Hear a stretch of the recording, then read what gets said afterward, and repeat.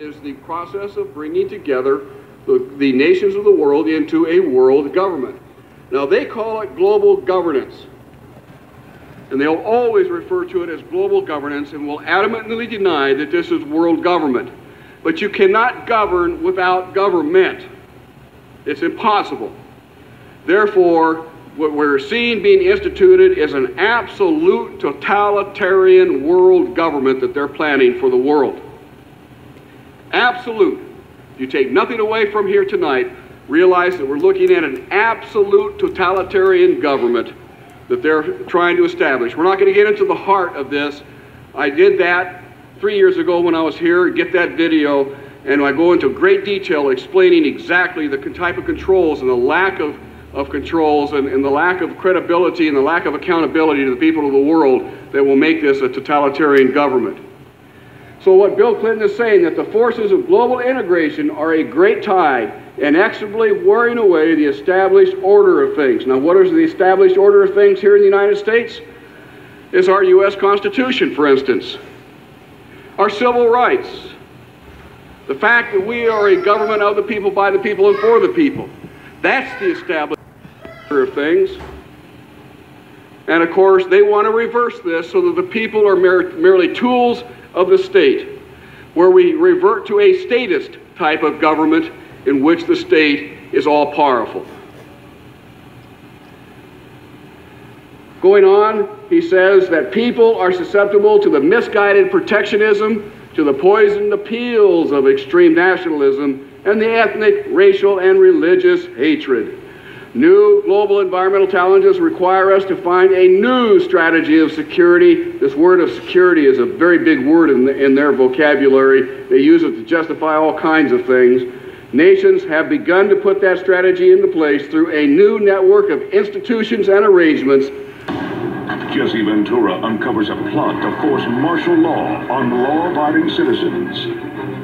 Certainly the involvement of the military is something that's very concerning. Replace the 50 states with 10 giant prison sectors. Fill up hundreds of concentration camps with people like you and me.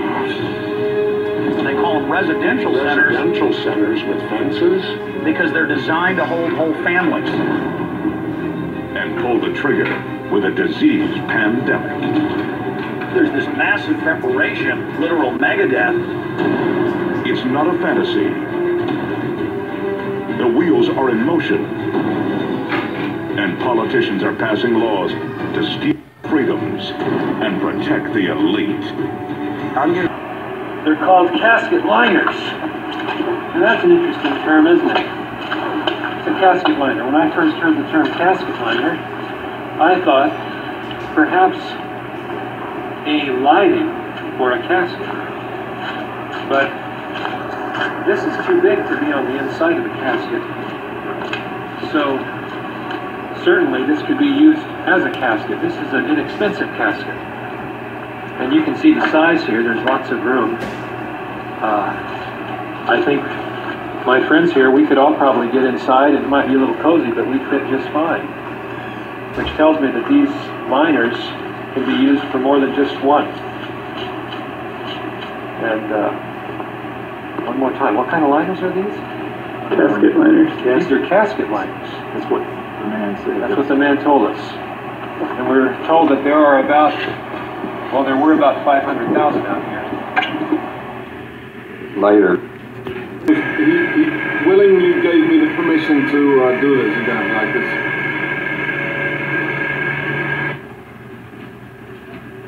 So.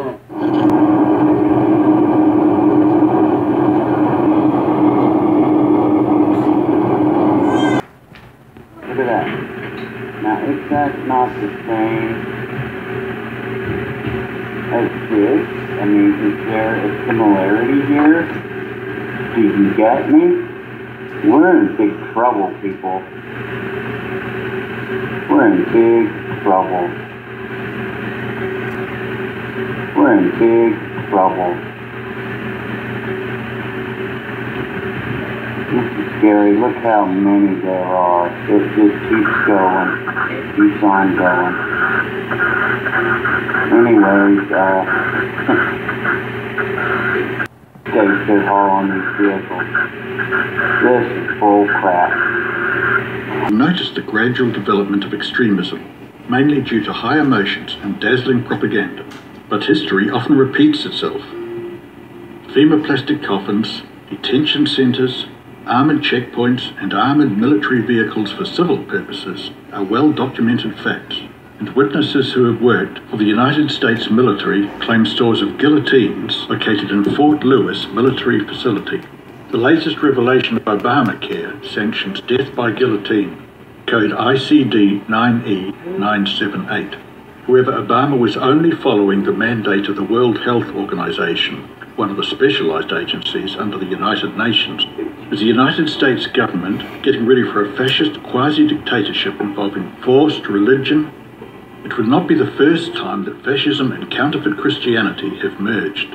Fascism and Catholicism have become synonymous throughout history. Recent developments have seen so-called Protestantism clasping hands with the Vatican. Protestantism once meant protesting against the Roman Catholic Church and her doctrine, labelling the Pope as the Antichrist as the Reformers proclaimed during the Reformation. An ex-Jesuit priest, Dr. Alberto Rivera, explains, in America, the Vatican's agents were at work to wipe out the Protestant movement through ecumenism. The secret sign to be given to the Jesuits worldwide when this was accomplished by the Vatican was when a president of the United States took his oath of office facing an obelisk, four-sided pillar that resembled the Washington Monument and the one in St. Peter's Square in the Vatican. For the first time in history, the swearing-in ceremonies were moved to the west front of the Capitol, and President Reagan faced the Washington Monument on January the 20th, 1981. For those who are unfamiliar with the Jesuit order, it was the Catholic answer to counteract the Reformation sparked in 1517. Loyola Ignatius's formula for the formation of the Jesuits was approved by Pope Paul III in 1540. Napoleon Bonaparte had this to say about the Jesuit order. The Jesuits are a military organization, not a religious order. Their chief is the general of an army, not the mere Father Abbot of a monastery. And the aim of this organization is power. Power in its most despotic exercise. Absolute power, universal power, power to control the world by the volition of a single man. Jesuitism is the most absolute of despotisms, and at the same time the greatest and most enormous of abuses. The general of the Jesuits insists on being master, sovereign over the sovereign. Wherever the Jesuits are admitted, they will be masters, cost what it may. Their society is by nature dictatorial, and therefore it is the irreconcilable enemy of all constituted authority. Every act, every crime, however atrocious, is a meritorious work, if committed for the interest of the Society of the Jesuits or by the order of the general. The Vatican has historically used civil powers in past ages as she does today. Kings, dictators, presidents and prime ministers bow and scrape to the most powerful and richest organization on the planet, because it is politically expedient to do so. The Roman Catholic Church is secretly tightening her grip on geopolitics.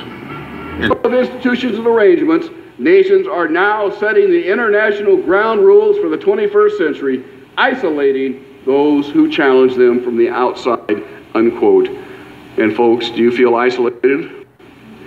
Well, you now know that it's by design. It's not accidental. I think you probably realized that before, but it is happening, and we are being isolated from telling our side of the story to the American people to help them understand and make adequate and righteous decisions when the opportunity presents itself. The question is then, how do they do it? How in the world are they getting this agenda from the international level down to the local level? Well, they've got a plan for that too. Now, on the environmental side, there's probably a number of different plans, but from the environmental side, you have an organization called the IUCN, the International Union for the Conservation of Nature. Been in existence since the United Nations was created. It's not part of the United Nations Charter. It's a scientific advisor to the United Nations. But through the IUCN, such programs as ecosystem management, American Heritage Rivers, the Clean Water Initiative, the Endangered Species Act, and all the rules and regulations of the EPA, U.S. Fish and Wildlife Service, the U.S. Forest Service, the U.S. Park Service, and so forth, are directly related. We're going to explain how that happens in a few moments, but before we do, I want to determine, or I want you to understand what the purpose of the IUCN is, or this International Union for the Conservation of Nature. The purpose is to promote an alternative model for sustainable communities and lifestyles. Yes, you heard it right. The whole concept of sustainable developments come right out of the IUCN. It is all over America now, based on eco-spiritual practice and wait a minute, now what is eco-spiritual practices and principles? Well, we're about to find out, because it affects you in a very, very negative way. To accelerate, as it says, this transition to a just and sustainable future, the problems that we face in the world today, humanity must undergo a radical change in its attitudes, values, and behavior. In response to this situation, a new global ethics is taking form and is finding its expression in international law. How in the world are they able to get it into international law? Well, you're about to find out. One last thing. These eco-spiritual practices and principles, and according to the IUCN, in a biocentric approach, this is what they call it, in a religious context, it's called pantheism, the belief that nature is God.